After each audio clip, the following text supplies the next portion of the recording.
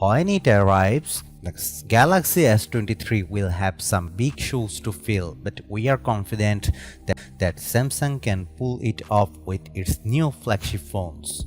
Among this year's releases, the Galaxy S22 and Galaxy S22 Plus felt a lot more iterative than innovative, but the Galaxy S22 Ultra had no such problem bringing the Galaxy Note back to life. Rumors about the Samsung Galaxy S23 are just starting to pick up, but we wanted to share what's out there. So here's what we have heard about the Galaxy S23 so far. The Samsung Galaxy S23 has been tipped to ditch Samsung's Exynos chip in favor of Qualcomm Snapdragon 8 Gen 2. A leak says that the S23 and S23 Plus will both get an upgraded 12-megapixel front camera for better selfies.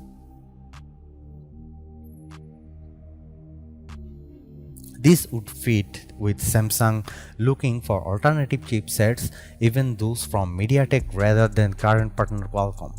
Obviously, none of these are 100% confirmation, but Samsung might still be interested in improving its Exynos brand. We'd welcome this, considering that the Exynos 2200 failed to meet our expectations, lagging behind the Snapdragon 8 Gen 1 in our Galaxy S22 Plus benchmark tests.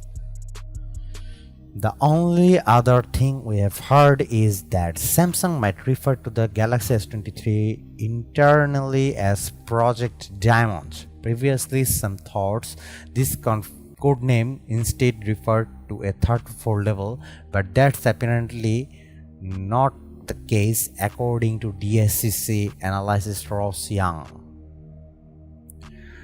There's a long time for Samsung to finalize some Galaxy S23 details, so here's what we are hoping to see. A post from famed Samsung leaker Ice Universe on Twitter claims that the Galaxy S23 Ultra will have a whopping 200 megapixel main camera, a holdover rumor from the earlier days of S22 speculation. This camera will supposedly be optimized for several years. We are not sure if that means Samsung plans to continually improve the camera over the years with software updates, or if the Korean phone maker will improve the 200 megapixel sensor following the S23 Ultra's launch. Better cooling. It's no secret by now that the Samsung 8 Gen 1 chip runs hot. This causes it to hit throttling problems, especially in intense games. Samsung also got caught intentionally throttling some apps to preserve system performance. While the move ultimately ended up as a shady or downright heinous for some, it proved one point: the Galaxy S22 needed better cooling. The OnePlus 10 Pro features a new cooling system that makes the phone noticeably more comfortable after long gaming sessions than the Galaxy S22 Ultra. In my experience, we are not asking for something on the level of the best gaming phones, but the S22 can get really hot. We want to see the Galaxy S23 fix this.